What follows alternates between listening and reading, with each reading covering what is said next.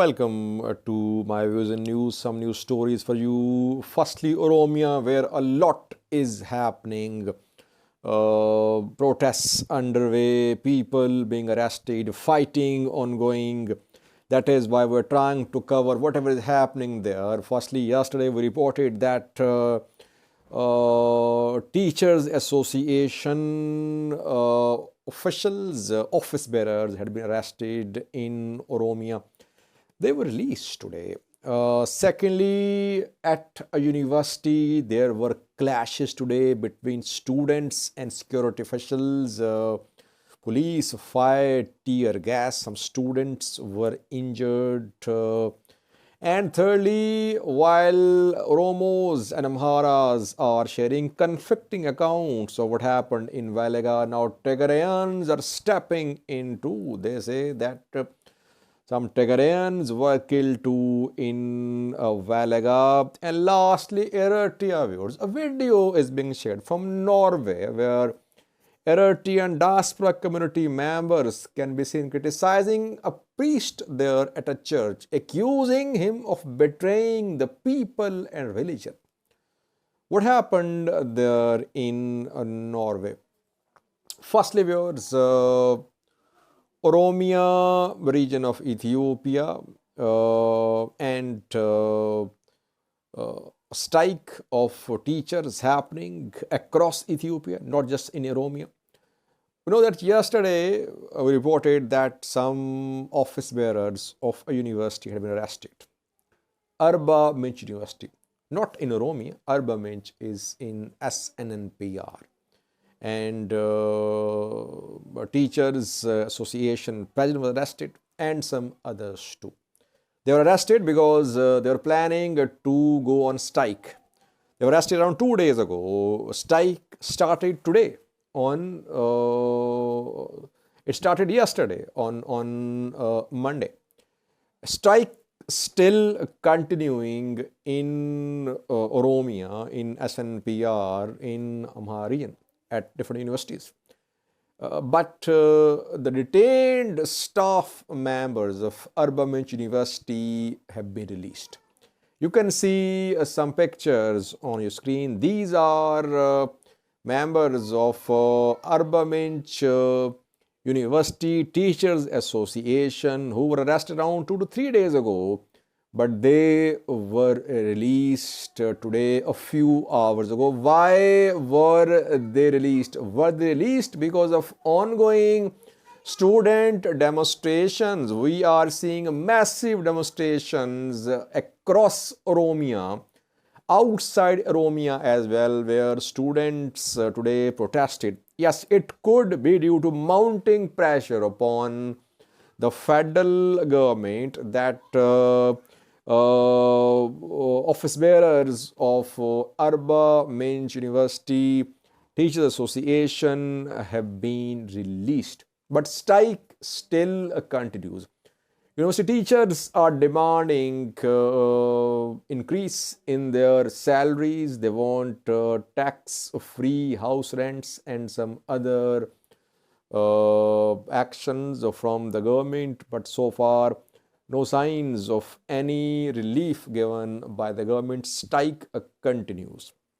Secondly, viewers, at a university in Oromia region today, there were clashes between between security officials and students. Adama University of Science and Technology was the place where it happened. The students protested there. You know that today at several universities there were demonstrations. There were demonstrations at Ambo University, at Addis Ababa University, at universities like Adama University, Rift Valley University, Haroma University.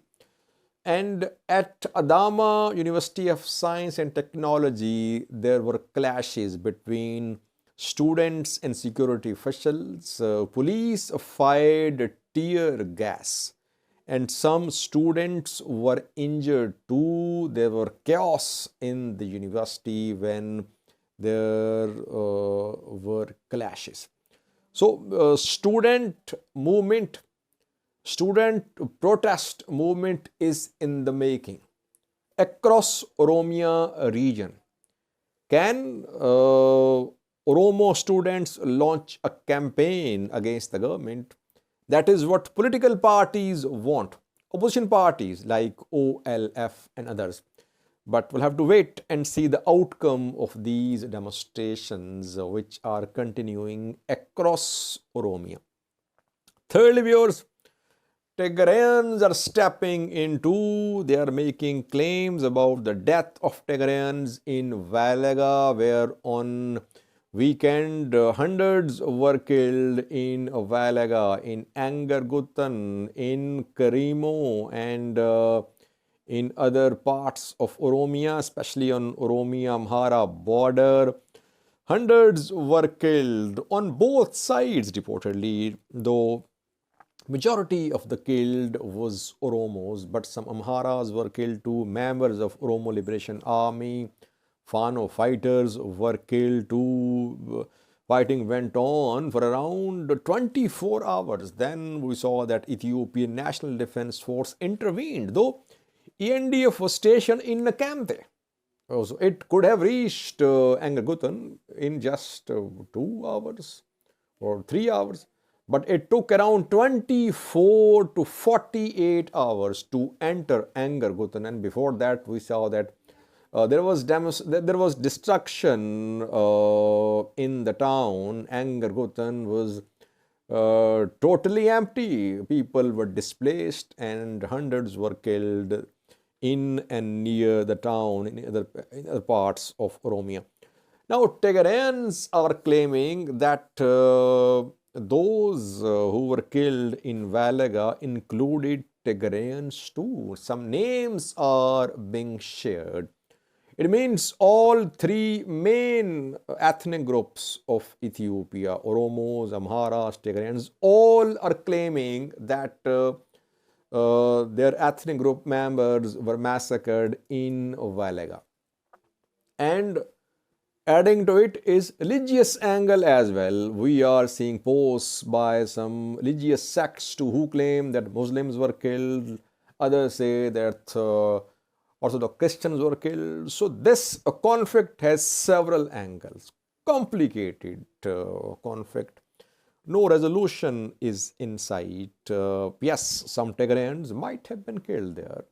Names are being shared. Wellega is not homogeneous. There are